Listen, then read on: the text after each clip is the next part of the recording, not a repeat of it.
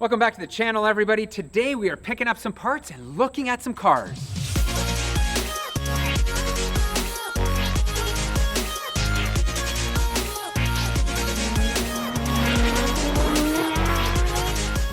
We are here at an undisclosed location with Craig from Bonsai Rides, and that's because I had a huge shipment of JDM parts come in. We decided to come down, pick it up, and maybe look at some cool cars afterwards that I may be interested in.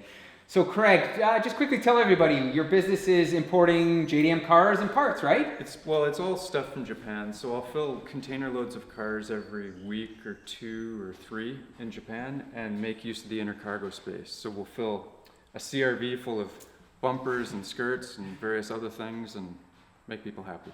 Right on, yeah. And the big advantage I find with Craig is that he can bring in large pieces like this without having to pay exorbitant fees to have them shipped over. So Craig's rates are extremely good versus having to ship a bumper of this size. The cost of it actually exceeds the bumper, and sometimes it's like into the $1,000 range. So it doesn't really add up. And with you, that's what I love is I can get these large boxes at a very affordable price rate. Nothing comes overnight though. No. They take a while to ship across the Pacific. But you know what? When you want the goods from Japan, you gotta wait.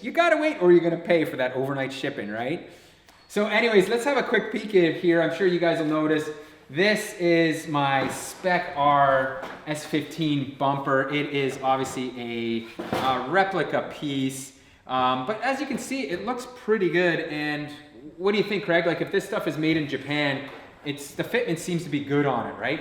Hope so. Yeah. It's not going to be a new mold. It'll be probably a pretty old one, but they did a nice job on it. Yeah, and the reason why I didn't go with the authentic one is the expense of them. They're up in like the $2,000+ range now, and I think I'm gonna have to cut this one up a little bit to fit the front mount intercooler. So I figured, you know what, let's start with one of these and go from there. If worst case, I may bite the bullet in the future and get a real one, but for now, this is, I think, a good starting point for the S15. And finding like new parts this age is pretty difficult. Yeah, and you just, the price on some of the stuff now is just out of control. So speaking of S15, we do have another item here.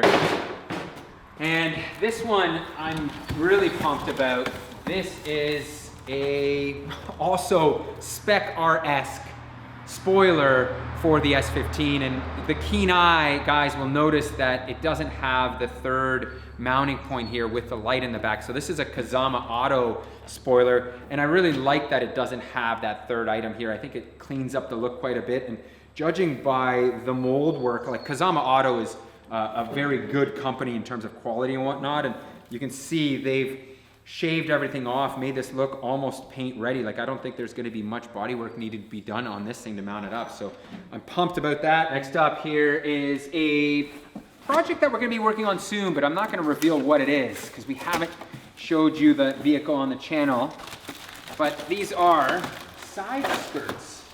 Check these guys out here. If you know, you know, but if you don't, man, if somebody can catch from that, I'll be impressed. oh, I'm sure people will. Come on, people are smart, DP. Look, here's Smarter than me, anyway. Here's it's called Brand H. I don't know if that tells you anything, but related to preparation H, maybe? You better hope not, because that would be kind of weird. So that's for a vehicle that we'll have coming pretty soon. Same thing with this here. I don't know if again, this is a giveaway. Wow, keep it in the bag, TP. What it is, yeah. We don't want to show too much, so this is for one vehicle. We've got S15 parts. So that's what our parts haul is. So I think now we got to look at some of these cars here, because I know you guys are already thinking, what is this vehicle here? Here it is, one of my dream cars, an Evo 9 wagon.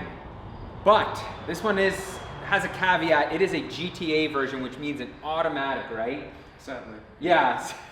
I think the 6-speeds are really hard to find. They're very, very expensive. They're a lot more expensive than the GTAs, yeah. It's still a pretty fun wagon. You've been driving it, right? I've driven it a bit, yeah. Yeah, this is on the top of my list. I've always wanted an Evo wagon, and this would certainly be a high priority buy for me. I've been talking to Craig about it, so maybe you guys post in the comments, let me know, should I buy this thing? My hope, my dream would be to buy a car like this, do a left-hand drive swap, put the 6-speed 9 Myvec engine, gearbox, and all that stuff into it, and you'd have, I think, the perfect Evo. Like, who doesn't want a wagon? Now, this one doesn't have the Myvec engine, right? No, it's got an Evo 8 engine because it's the GTA. Okay. And the automatic gearbox. But other than that, it is the 9. So does it have the AYC? Yeah, I think it does. So it's got all that stuff in it? Yeah. Let's see. Oh, it does. Yeah, I can see it's got the gravel tarmac markers and everything. So, wow. Okay. Man, guys. This one, oof. And this one's in mint shape. I keep looking at this thing. Oh, this would be such an awesome, awesome project car. Like 80,000 kilometers. And 80,000 K. Oh my God, Craig, stop already. This is super sweet. So It's almost like we're having another Evo STI battle here today, Pete. This is, of course, a GC8. Yep. Is that the right code for a four-door? It is a GC8. It's a GC8.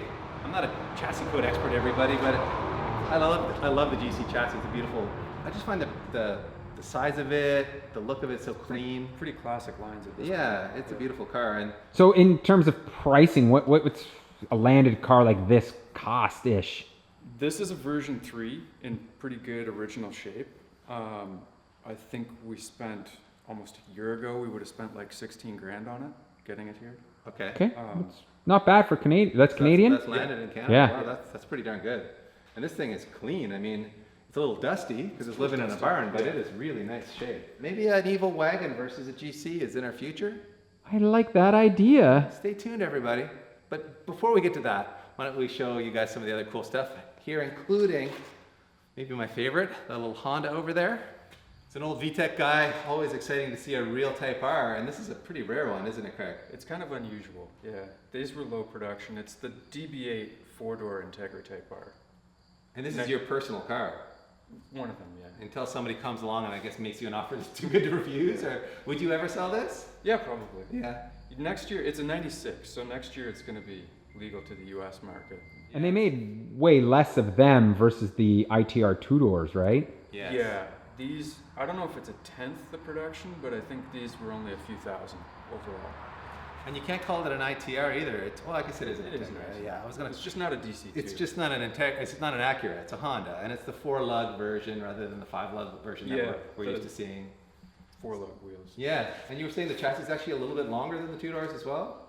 I don't know if the chassis is or it's just extended from the back here. It's like 5 centimeters or something longer than the DC2. But if you got a family, this is like the perfect car for you, right, DP? Come that's on, right. you throw the kids in the back. That's right. Throw the kids and go rip some tech. That's the way to do it. By the way, everyone, if you're wondering what this semi-complete car is over here, this is a AutoZam AZ1, Yeah, that's right. which It's is kind wearing of the right shirt in for. a sad state right now. There's red panels hiding all over the barn. I'd taken everything off and wanted to put it back together maybe 2 years ago, but I've been busy. It's pretty awesome though that you can actually just take the body panels off like that. They come off real easy. Like you take the whole thing off. and Is it it's- all like fiberglass? Yes, or? it is. Yeah. Interesting. Yeah, it's all really light stuff. This is kind of a neat way to see a car because it really gives you an idea of what it looks like underneath. And like most Japanese cars, there's no rust to be found, really, is there? It's not bad, no. I mean, this is 93, so it is pretty old, and it's thin metal. But Yeah. it's aged pretty well. And I mean, design-wise, what a unique car. If you guys want to see what one looks like, well, we'll throw a picture up here maybe, Pete, but they look really cool. They're like a tiny exotic in a way, aren't they? Yeah, like a miniature DeLorean kind of. It Yeah. is rear mid-engine, gull wing. You can lock the door. Yeah. How cool is that? Wow, you really have, you clean the seats and Claustrophobic. everything. So if Back to the Future was shot in Japan, this is what they would have used, you're telling me, right? You wouldn't have done 88. No, they go to 55 in this thing if you're lucky. This car brings me back to my teenage years of watching Rally and Carlos Sainz. This is a Celica or Celica ST05, and this is not like the super rare version. The rarer ones had that nice big wing, right, Craig? The WRC wing. Yeah, the I've WRC got wing. one here, actually. Oh, see, there you go. Got the wing. He's got his stuff in the back here. There So you go. Here's the wing that's got the risers, which make it Make sit it up really, high. yeah. It's a cool look. There you go. So other than the wing, is there any real difference between them? I couldn't tell. Yeah. I don't know that there is. I think they're very similar You guys otherwise. can post in the comments. Let Yeah. us know if there was any real significant difference between them. But man, this is also a super cool like JDM Legends car, right? It is. These are a lot of fun to drive. Still. Yeah.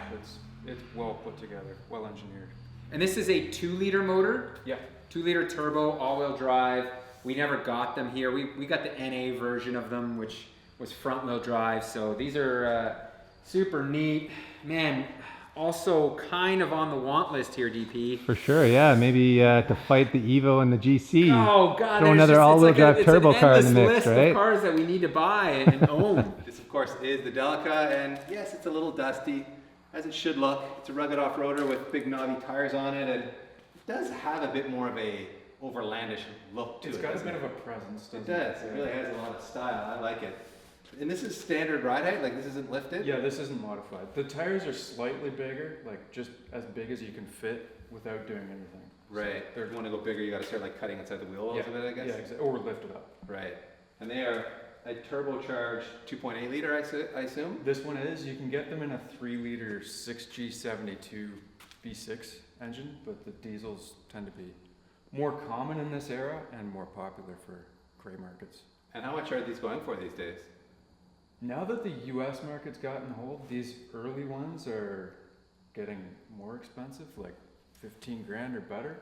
The newer ones, like late 90s, early 2000s, which tend to be gas, are a lot cheaper. Are they? Okay. Yeah. I'm sure Matt Farah has caused a spike in Delica prices with his recently restored one, but I can see the appeal. This thing is really cool. When I saw the camper top up on this, I just assumed it was a Delica, but no, it is not. No, it's a Mazda Bongo Friendly auto freetop version. Can you say it one more time? Mazda Bongo Friendly auto freetop. Auto free top. If that's not the craziest name for a car you've ever heard, well, I want to hear a better one than that. And it's obviously built as a bit of like a camper van type of idea. It's more of a sleeper than a camper. There's no camping kit in it. Okay. It's also it's a mid-engine diesel. Mid-engine diesel. So the engine's kind of like underneath the front seats. You here? get under the front seats. Like a Previa type of idea? Yeah. Okay. And it's only rear-wheel drive. It's not all-wheel drive. This one is rear wheel. You can get them in all-wheel drive, but this is So potentially overlandish if you wanted to go there with it, but ish. Yeah, it doesn't have the ground clearance of a Delica.